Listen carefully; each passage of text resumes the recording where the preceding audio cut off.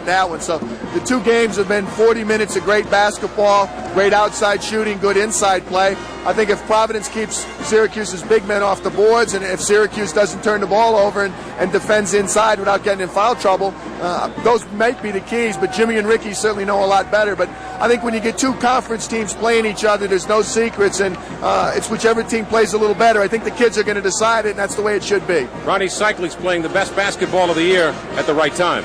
No question. Ronnie's playing unbelievably well. He's always played well, but it just seems he's put his four best games of the year together, and couldn't happen at a better time for Syracuse. And I just wish this game was Monday instead of Saturday. All right, you got a little towel chewer and the general in the other half. How do you see Indiana UNLV? I'll be honest with you, like probably most of us, the only time I've seen those guys been on TV this year. That's the kind of game. It wouldn't surprise me if either team won by double figures. Probably go right to the wire, but you got two totally contrasting styles. A team that runs it up and lives on the outside shot.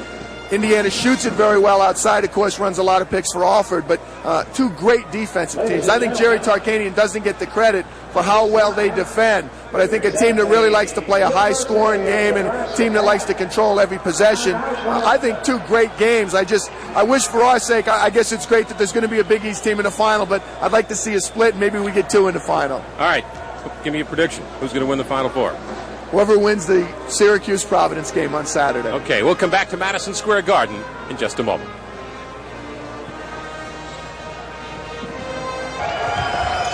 Coming up in just a few moments, our second semifinal game, the Nebraska Cornhuskers and the Golden Eagles from Southern Mississippi. So stay with us for that.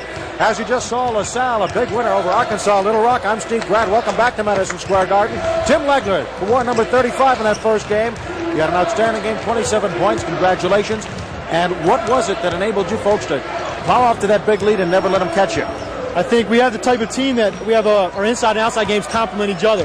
They were going to play a 2-3 zone and sag inside on Lionel Simmons in the first half. And we knew that with Larry, myself, and Richie, we weren't going to let them play that zone very long. So Coach Morris wanted us to take that three-pointer early to try to build a lead, and then we were fortunate enough to hold on. What's Coach Morris like in those timeouts, and can you hear him from the bench? Oh, sure. You can hear him from the bench, believe me. I think you can hear him from the top of the garden if you want to. He's a really good strategist, good X's and O's on the bench, and he really gets the most out of his players. He makes you really believe in yourself and believe that no matter what the situation, you're going to win the ball game. You folks did not have the best record among the entrants in the Final Four, but that doesn't seem to make any difference. No, it doesn't make any difference. We were just so glad to be in the NIT that we took the attitude that let's not just be happy to be playing in the tournament, let's go ahead and win it. And that's the attitude we took. We were underdogs in every game before tonight, and we managed to win the first three. We came in and won tonight. We had a 5-point favorite, then we won by 20. So I don't think it matters being an underdog or what our record is or anything. Right now, there's only one game left, and that's all we're looking at.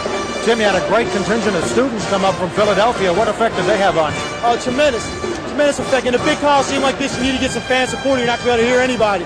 I think we had like 12 busloads come up from LaSalle. Another couple hundred came up on the train. And I can't say enough about what the student support does for our team. All right, Tim Legler, thank you very much, and we'll look forward to you on Thursday night. Okay, thank you. Tim Legler of LaSalle. All right, we're back at Madison Square Garden. The semifinals continue the second half of our doubleheader. LaSalle winning the first 92-73 over Arkansas Little Rock. As you see, Nebraska playing Southern Miss now in the second half with the right to represent this half of the matchup and play LaSalle on Thursday night. Whoever winds up meeting LaSalle, you're really not going to be able to differentiate between the two. They're essentially the same type of team. Very similar, these three. Two left, and of course LaSalle. Terrific guards for South Mississippi. Let's get that right out of the gate. Southern Miss, right. Ken Seiler, Casey Fisher, and of course Randy Petlis. I think three terrific guards with speed. Both teams very similar, Howard. Danny Nee from the area likes that quick-paced game. He'll mix up defenses. I happened to see them play Kansas in the last game, which they won in overtime. I mean, they're not an easy mark for anybody. Nebraska featuring four players that average in double figures, not one dominant scorer. But among their leading ball players, Henry Buchanan, a junior from Muncie, Indiana, is 27 years old, spent 4 years in the Air Force. A little bit of leadership quality that's going to be very essential to set the tempo of the game. The one guy, Brian Carr, as well. Good leadership, can play point or off guard. All right, let's go now to John Condon for the introduction of the starting lineups of tonight's second semifinal. The University of Nebraska. At the forwards, number 21, Derek Vick.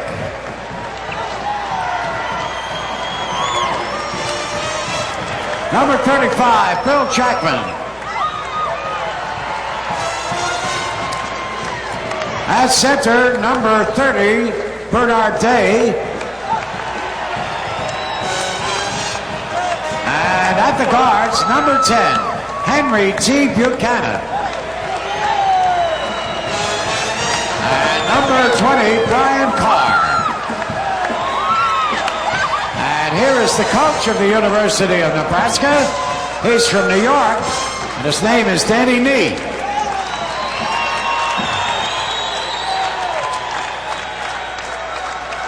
For the Golden Eagles of Southern Mississippi University,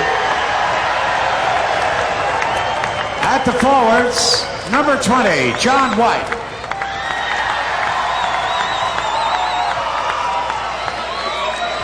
Number 23, Derek Hamilton. At center, number 31, Randolph Keys.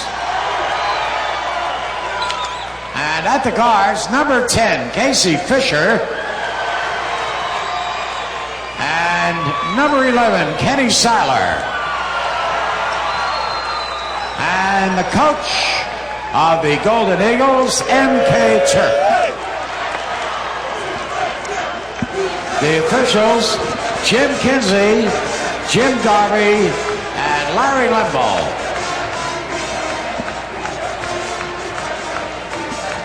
So the officials from the ECAC and Big East, and we'll come back for the opening tip in a moment.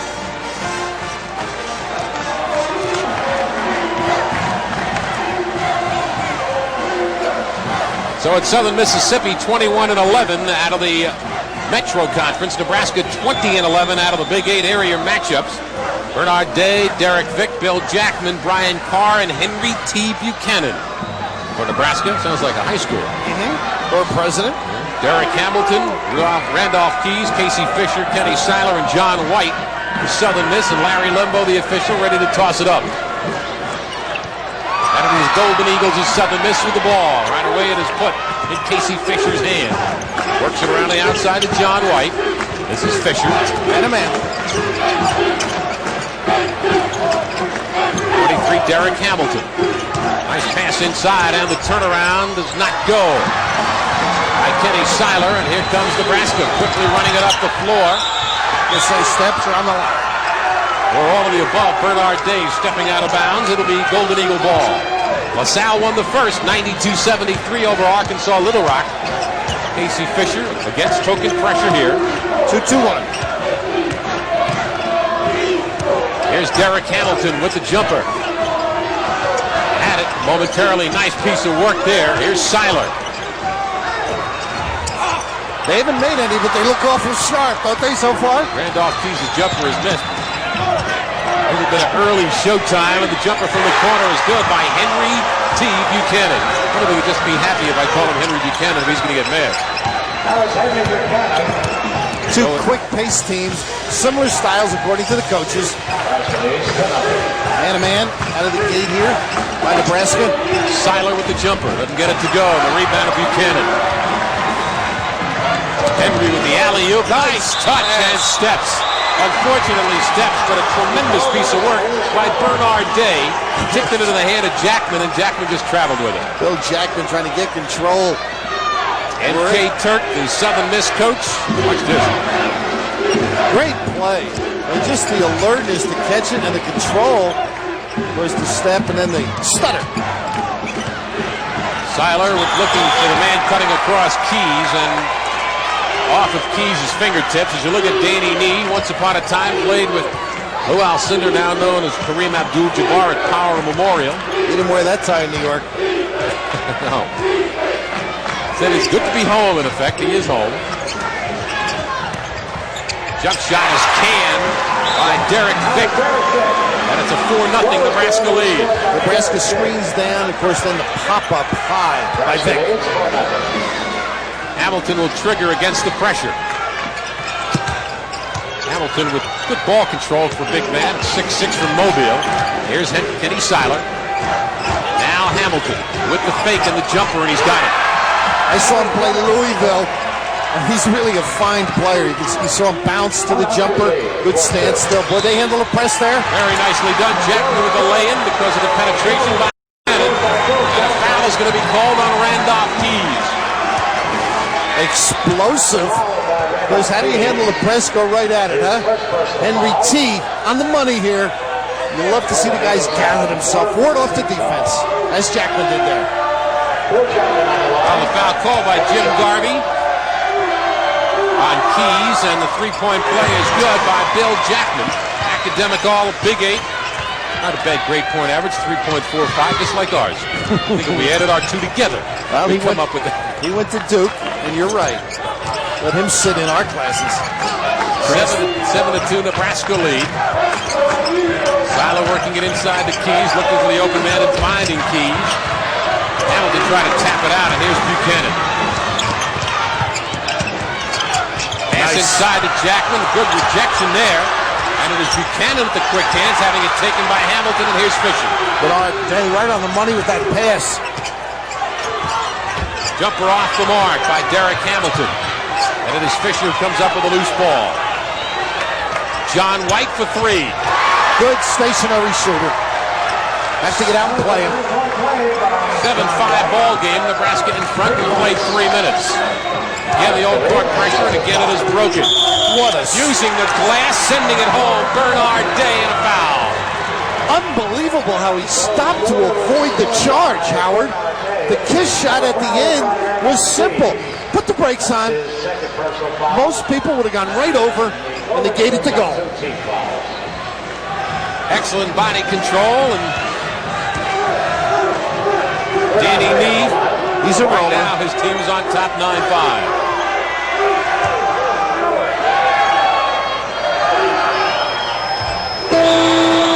Three-point play is complete. Substitution coming into the game for the Golden Eagles. Willie Brown checks in. Number 30. Here's the excellent anticipation by Jackman to Buchanan, and he blew the layup. Oh, is that hurt? And a foul's going to be called on Buchanan. That's adding insult to injury. Boy, what a pretty look by Jackman. Smart enough to look down the floor as he saves it. A lot of kids would have just turned and thrown it. But this way you eliminate any problem of giving a layup at your end, throw it the other way. And, ooh, get the egg off. Hamilton breaks the pressure to Seiler. The fadeaway, it is far short. And here comes Tarr. Ryan Carr for Nebraska. South Mississippi, everything but, huh, Howard? Oh, pass inside, and it is wild. Thrown away by Derek Vick. And a substitution coming into the game for Nebraska, Anthony Bayless, a senior from L.A. Outstanding athlete, a long jumper, football player in high school. Next week, he'll celebrate his birthday. He'll turn 22. You got it all. Yeah, 10-5, Nebraska on top with 16:15 remaining in the first half. Fisher, the trigger man. Nice pass inside, and the blown layup by Hamilton, but he gets his own rebound. Doesn't make that one go either. This is extraordinary. It looks so good, South Mississippi, but they can't put it down.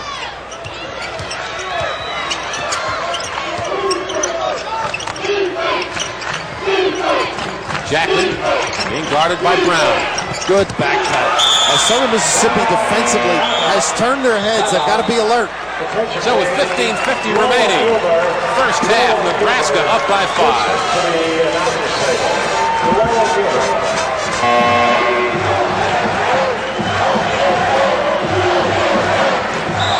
Our sources indicate that M.K. Turk in his 11th season, the Southern Miss coach, is a catfish connoisseur. Southern Miss off to a very slow start from the floor, 2 of 11, while Nebraska's at 4 of their first 6. And Southern Mississippi getting the ball inside, making some gorgeous plays, but got to finish them off, and that's got them in a little bit of a hole. Danny Nee, the head coach at Nebraska. In his first year, as a head coach at Ohio University for 6 seasons. And prior to that, he was an assistant at Notre Dame. Eddie Seiler in the backcourt with Fisher. 3-2 look now after the timeout. 1-2-2, if you will, depending on where the middleman goes. Southern Miss with essentially a small lineup right now. Shot from three-point range by John White is off the mark. Jackman with a rebound, and here comes Tarr. Whistle pass. Pretty fast break, but it doesn't result in a basket, and a foul is going to be called on Willie Brown. Well, they got the ball down quickly, didn't they? Tarr, great assist man during his career, now playing more off the basketball, but they bang it down. You can see the quick snap pass. A good move to the goal by Bayless. Couldn't convert. Over the top. Here's Tarr with the running one-hander and a basket. Brian Tarr with his first field goal of the night. The senior from Muncie, Indiana. 12-5, Nebraska on top with 15:06. Here's a steal by Bayless. Great, swatted into the seats by 23, Derek Hamilton. Go get it, Derek. Of course, the half-court pressure set up the steal, and Bayless trying to do everything to avoid that particular play, but not much you can do. One of the real exciting plays in basketball, the block shot along with the dunk, along with the textbook fast break is always nice to see. Unless you're the team that's being done too. Here's Tarr for three. Didn't take him long to recognize Ken Seiler on the Pines. I wonder if maybe the tension of maybe playing in this building got to these two teams early on because they're playing a little tentative. They can get to you, let's face it. Well, I think in converting the goal, yes, but the rest of the game is all in sync. Right. Hamilton had the shot partially deflected, but underneath Brown missed the follow. Saved by Jackman, who touched it last. It's going to be Nebraska ball. Good coordination. Southern Miss ball, and he agrees. His team has just gotten possession of the ball. There's MK Turk's record at Southern Miss. Casey Fisher from NBA three-point land. Saved by Bayless, slotted around. Who's got it? It is Nebraska. The lead to Tarr, one-on-one. A basket counts and a foul on Kenny Seiler. Now that showed me some strength. I didn't think he'd go to the goal. I thought he might fan dribble. Brian Tarr, tough guy.